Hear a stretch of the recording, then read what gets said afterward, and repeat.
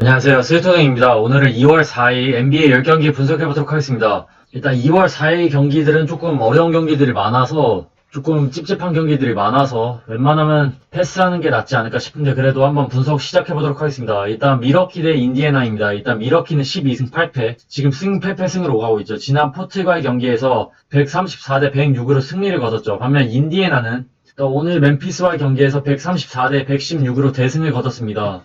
일단 미러키가 1.20으로 정배를 받았고 인디애나가 3.16으로 역배를 받았죠. 일단 이 경기는 저라면 미러키 일반승 쪽으로 갈 것으로 보이고 핸디 기준점이 8.5라 조금은 위험할 수도 있는데 그래도 객관적으로 본다면 미러키 핸디승이 가능하지 않을까 싶네요. 일단 인디애나는 백투백이라 좀 체력적으로 많이 불리한 편이고 일단 인디애나가 페인트존에서 강한 건 팩트죠. 사보니스와 터너가 있기 때문에 골밑 싸움에서 충분히 잘해줄 순 있지만 상대가 로페즈 그리고 아테토쿤보가 버티고 있고 최근 미러키 가드진들의 컨디션이 나쁘지 않고 외곽도 나쁘지 않기 때문에 미러키가 승리하지 않을까 싶네요. 그리고 뭐 올 시즌 그래도 삐그덕거리고 있는 미러키이긴 하지만 그래도 홈 승률만큼은 괜찮았기 때문에 미러키 쪽으로 가는 게 낫지 않을까 싶네요. 그 다음 경기는 샬럿 대 필라델피아입니다. 일단 샬럿은 10승 11패 3연승을 달리고 있죠. 반면 필라델피아도 15승 6패 3연승을 똑같이 달리고 있습니다. 지난 인디애나와의 경기에서 119대 110으로 승리를 거뒀죠.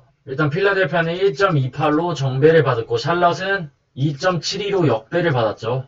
일단 체력적인 면에서 필라델피아는 3일 만에 경기를 치르기 때문에 조금은 유리한 상황이긴 하지만 일단 부상자를 보면 샬럿은 로지어의 출전 여부가 불투명하고 PJ 워싱턴이 결장을 합니다. 일단 PJ 워싱턴이 안 나오면 샬럿의 수비력도 많이 흔들릴 것으로 보이고 거기다가 로지어까지 나오지 않는다면 샬럿에게는 엄청난 타격일 것입니다. 그래도 이번 경기가 조금은 불안해 보이는 이유는 일단 필라델피아는 원정 경기력이 그렇게 좋진 않지만 그래도 최근 두 경기에서 승리했죠. 하지만 이번 경기는 3연속 원정 경기라 사실 3연속 원정 경기를 모두 승리할 수 있을지 조금 의문이 드네요. 사실 필라델피아도 커리와 그린이 또다시 부진하고 있고 컨디션이 그렇게 좋은 편이 아니기 때문에 벤 시몬스나 해리스 둘 중 한 명이라도 부진한다면 충분히 위기에 빠질 수 있다고 봅니다. 그래서 저라면 일반 승패는 이번 경기는 패스하는 게 낫지 않을까 싶네요. 그래서 일반 승패는 패스하고 저라면 샬럿 핸디 그러니까 샬럿 프랜승 쪽으로 조금 모험을 많이 걸어볼 것으로 보입니다. 그 다음 경기는 애틀란타 대 댈러스입니다. 일단 애틀란타 10승 10패 승패로 오가고 있고 댈러스는 지금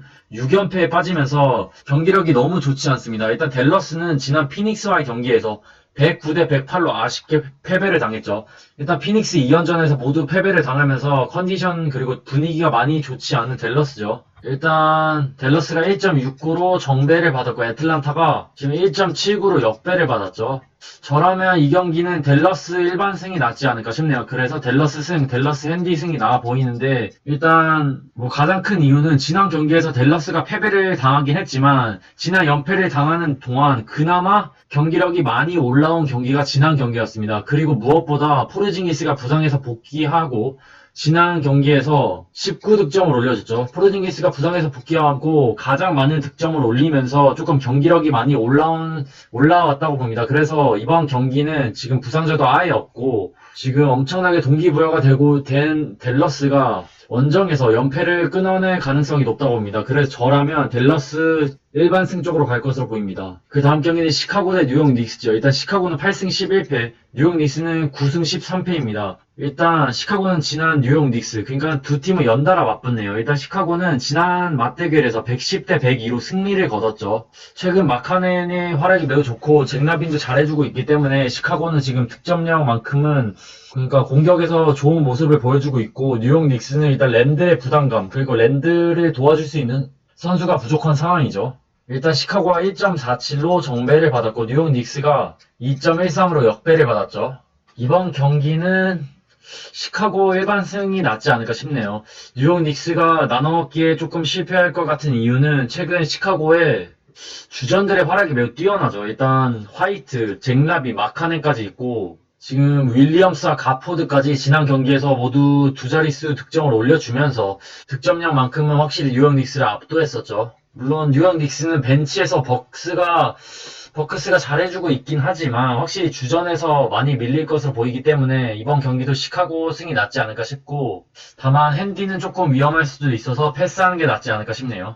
그 다음 경기는 클리블랜드 대 LA 클리퍼스입니다. 일단 클리블은 10승 11패, 승패 패승으로 오가고 있습니다. 반면 클리퍼스는 16승 6패, 오늘 브루클린과의 경기에서 124대 120으로 패배를 당했죠. 일단 이번 경기는 클리퍼스가 백투백이죠. 오늘 아침 브루클린이라는 엄청난 트리오가 있는 팀을 상대로 잘해주긴 했지만 확실히 하든, 어빙, 듀란트 모두를 막아내기엔 역부족이었죠. 반면 클리블랜드는 지난 미네소타와의 경기에서 100대 98로 승리를 거뒀습니다. 일단 클리퍼스가 1.20으로 정배를 받았고 클리블랜드가 3.16으로 역배를 받았죠. 오늘 아침 조금 체력적으로 많이 출혈이 컸던 클리퍼스라 이 경기가 많이 불안한데, 일단 클리블랜드는 레리 낸스 주니어가 결정을 하고 두루먼드가 DTD 상황입니다. 그래도 저라면 클리퍼스 일반승 쪽으로 갈 것으로 보이고 클리퍼스 핸디승이 낫지 않을까 싶네요. 일단 클리블랜드는 지금 두루먼드, 낸스 주니어가 모두 빠질 가능성이 높죠. 그렇다면 자렛 알렌밖에 없는데, 맥기랑 자렛 알렌밖에 없는데, 일단 지난 경기에서 자렛 알렌이 잘해주긴 했지만 그래도 오코로와 프린스의 활약은 조금 믿을만하지 못하고, 갈랜드와 섹스턴도 폴조지와 레너드가 버텨주고 있는 클리퍼스라면 충분히 좋은 수비력으로 두 어린 가드들을 충분히 막아내지 않을까 싶네요. 그리고 클리퍼스는 오늘 경기에서 끝까지 열심히 하는 모습을 보여줬기 때문에 조금 경기력을 이어가지 않을까 싶네요. 다만 변수가 있다면, 만약에 레너드나 폴조지 둘 중 한 명이라도 빠진다면 이번 경기는 클리블랜드 쪽, 그러니까 클리블랜드 핸디슨 쪽으로 가는 게 나아 보이는데, 만약 두 선수 모두 나온다면 클리퍼스 쪽이 낫지 않을까 싶네요. 그 다음 경기는 마이애미 대 워싱턴입니다. 일단 마이애미는 7승 13패, 패패 승패로 오가고 있죠. 지난 샬럿과의 경기에서 121대 129로 패배를 당했습니다. 반면 워싱턴은 4승 13패, 패패 승패로 오가고 있죠. 일단 워싱턴은 지난 포틀과의 경기에서 132대 121로 패배를 당했죠. 오늘 아침이었네요. 일단 지금 마이애미가 1.17이고 워싱턴이 3.39죠. 이 경기는 사실 그러니까 내일 경기들이 많이 다 불안한데 아무리 생각해도 워싱턴 쪽으로 손이 안 가네요. 그래서 저라면 마이애미 일반승, 그리고 마이애미 핸디승이 낫지 않을까 싶네요. 일단 상대 전적에서도 마이애미가 압도하고, 지금 지미 버틀러가 복귀했기 때문에 공수 모두에서 조금 전력이 괜찮아진 마이애미입니다. 조금씩 자리를 잡고 있고, 드라기치, 헤로 모두 출전 여부, 그러니까 출전 가능성이 높기 때문에 브라이언트가 없는 워싱턴을 상대로, 그리고 체력적으로 불리한 워싱턴을 상대로 충분히 이겨내지 않을까 싶네요. 그 다음 경기는 오클라호마 대 휴스턴입니다. 일단 오클라호마는 8승 11패, 지금 2연패에 빠졌죠. 반면 휴스턴은 10승 9패, 지금 6연승을 달리고 있습니다. 일단 두 팀은 이틀 만에 연달아 맞붙죠. 지난 맞대결에서 휴스턴이 136대 106으로 대승을 거뒀었죠. 일단 휴스턴이 1.29로 정배를 받았고 오클라호마가 지금 2.67로 역배를 받았죠. 일단 이 경기의 포인트는 휴스턴은 존 월이 결장을 하고 오클라호마는 길저스의 출전 여부가 불투명하고 조지일이 빠지는 상황입니다. 일단 만약에 존 월과 길저스가 빠진다면 확실히 휴스턴 쪽이 그래도 유리한 경기이긴 합니다. 다만 휴스턴은 지난 연승을 달리는 동안 존 월의 존재감, 그리고 존 월의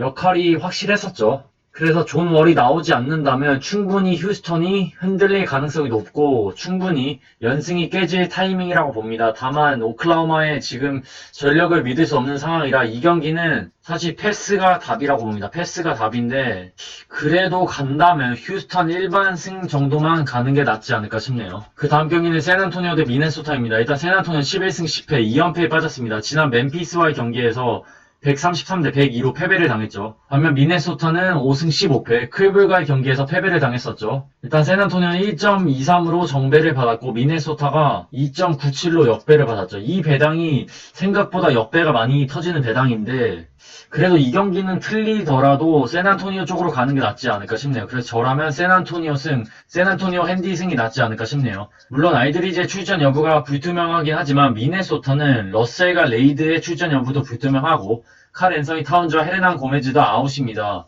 거기다가 샌안토니오는 지금 연속 홈 일정이라 조금은 체력적으로나 심리적으로 조금은 안정된 상황인데, 미네소타는 원정 경기를 연속으로 치르기 때문에 이번 경기는 샌안토니오 쪽으로 가는 게 낫지 않을까 싶네요. 그 다음 경기는 뉴올리언즈 대 피닉스입니다. 일단 뉴올리언즈는 2연패에 빠졌죠. 지난 세크와의 경기에서 118대 109로 패배를 당했습니다. 반면 피닉스는 11승 8패 3연승을 달리고 있죠. 지난 댈러스와의 경기에서 109대 108로 승리를 거뒀습니다. 일단 피닉스가 1.5로 정배를 받았고 뉴올리언즈가 1.98로 역배를 받았죠.